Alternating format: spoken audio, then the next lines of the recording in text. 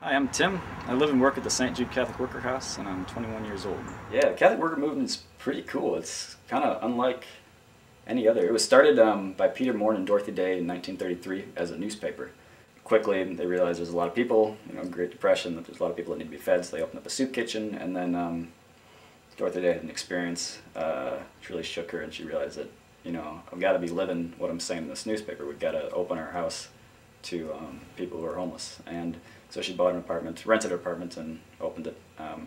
So it kind of spread from there, spread pretty quickly. The vision is kind of comprised of three parts. There's the hospice, which is kind of what we do here at the St. Jude House. House of hospitality to provide, to meet the immediate needs of the people, to provide clothes to people that don't have them, to provide food to the hungry, to provide shelter to the homeless. And another part is roundtable discussions for the clarification of thought. And that's to connect the work that we do in the hospice to see all these problems in our society and to connect that with the society and to grow not only in our hearts but in our minds. And the third part was agronomic universities or farming communes. The idea being that the way we live today, we're so far separated from how we get our needs met. Hardly anybody knows how to farm or garden. Grow their own food. I grew up in Oak Brook, Illinois, in the suburbs outside Chicago. I was really excited about becoming a biologist, and so I went to Northland College up in Wisconsin for a couple years. And when I was at college, I started to realize that I was on this track where I always knew my future. In junior high, I knew I was going to high school. In high school, I knew I was going to college. And in college, I knew that I was going to go on to get a job. And I was very good at that. I was always a very successful student. And I knew that I would never have any problems along that track. And that really scared me because I was unhappy on that track. And so I started feeling pretty miserable with my life. And I also at the same time started learning and reading about, watching the news, reading about some of the problems that were happening in the world.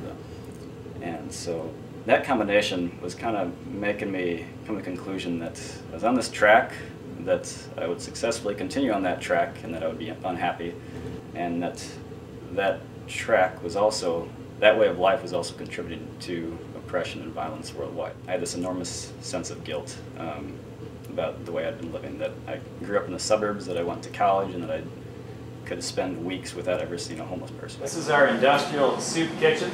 We've got like 6 sinks, a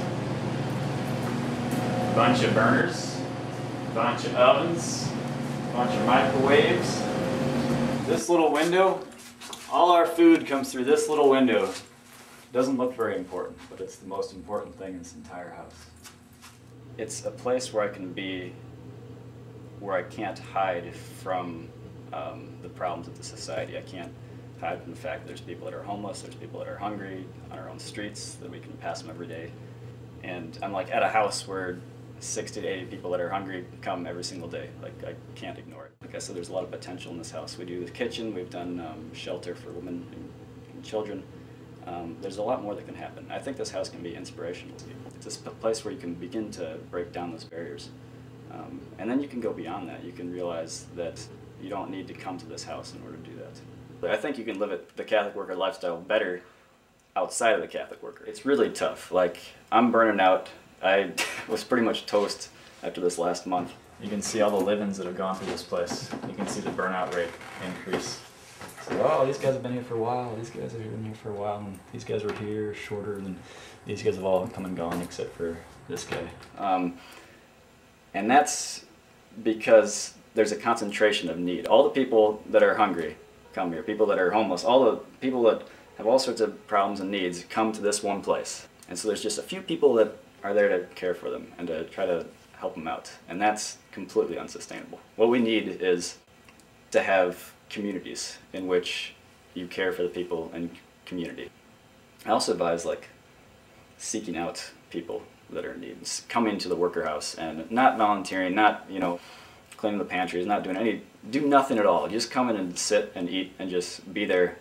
People grow a lot more. I've seen more change in people when they come to just sit around and do nothing productive except for talk than they come to just volunteer. A lot of people get their mail here, and so we'll take that and we'll sort it and they can pick it up. And we hand out lunches from here.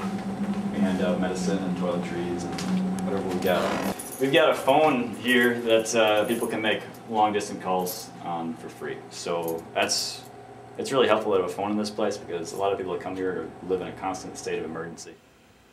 And it's something that I've been trying to do in my life, is to think about choice. When I see somebody, when I'm walking down the street, I can choose whether or not to say hi to them, I can choose whether or not to smile, to make a conversation, or I can choose to just pass them by. Just as if somebody comes up and asks me for money, I can choose to give them some money if I have it, or to say, you know, what do you need money for? And if I see somebody like crying somewhere, maybe I can choose whether or not to try to comfort them, try to meet them. And so to try to think, when you see